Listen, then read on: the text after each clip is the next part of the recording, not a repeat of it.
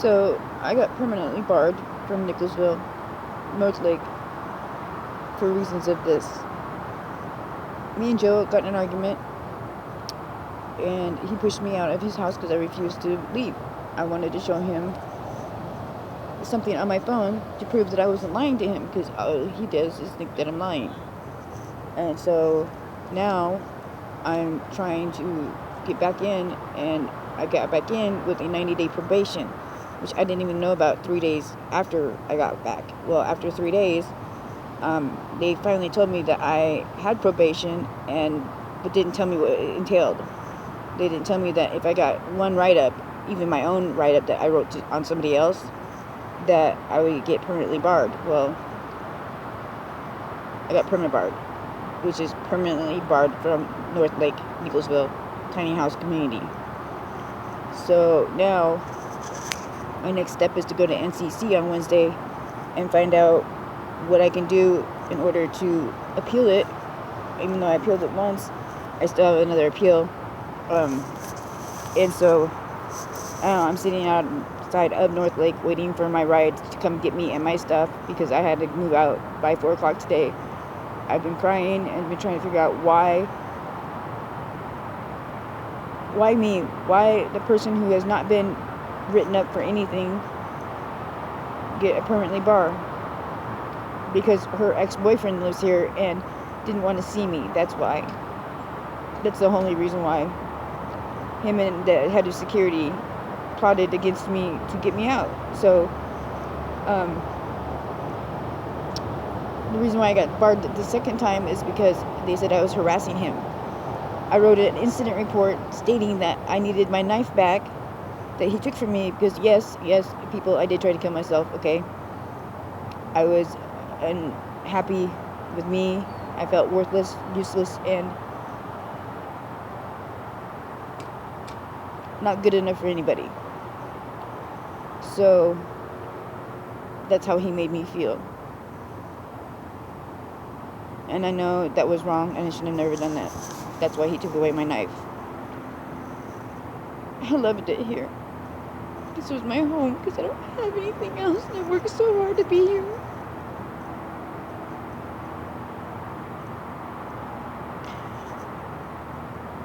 They have lost all reality to what self-management means.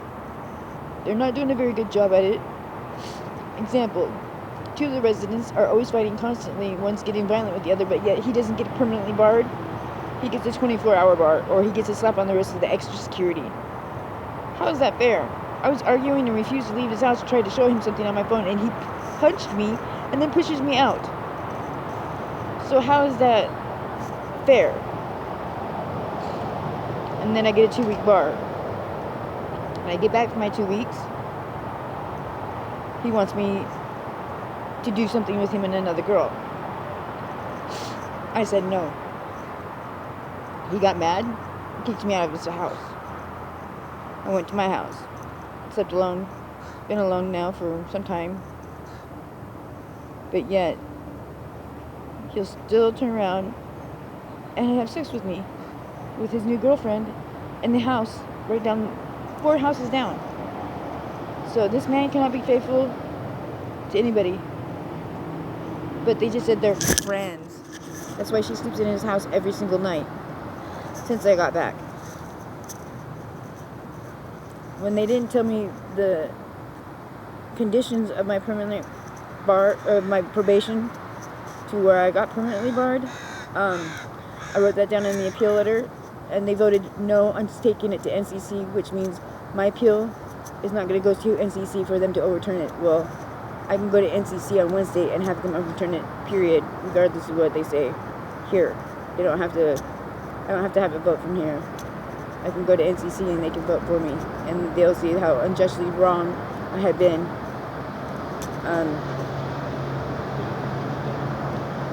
My second bar, the permanent bar, was for harassment, and that was when I was asking for my knife back.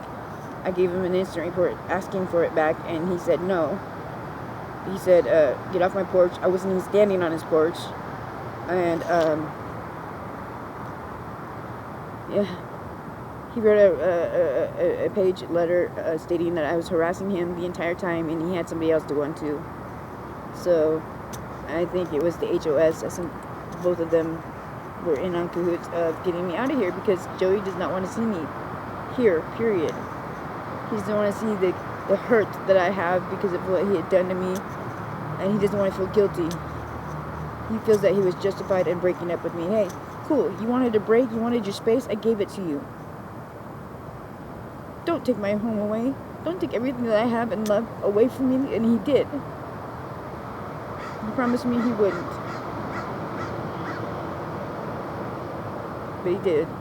And now I'm sitting outside of fucking North Lake Tiny House Village waiting for somebody to come pick me up because I don't want my stuff to get gone through or taken because they will take it. I know they will. I've seen them do it. I've done it. I don't know what to do now. I'm flabbergasted. I'm appalled. I'm hurt. I'm cold. And I should have showered before I left because I was sweating so bad when I was packing my house up. And for somebody who was supposed to bring me a truck, couldn't. Another person was supposed to come and help me out, couldn't.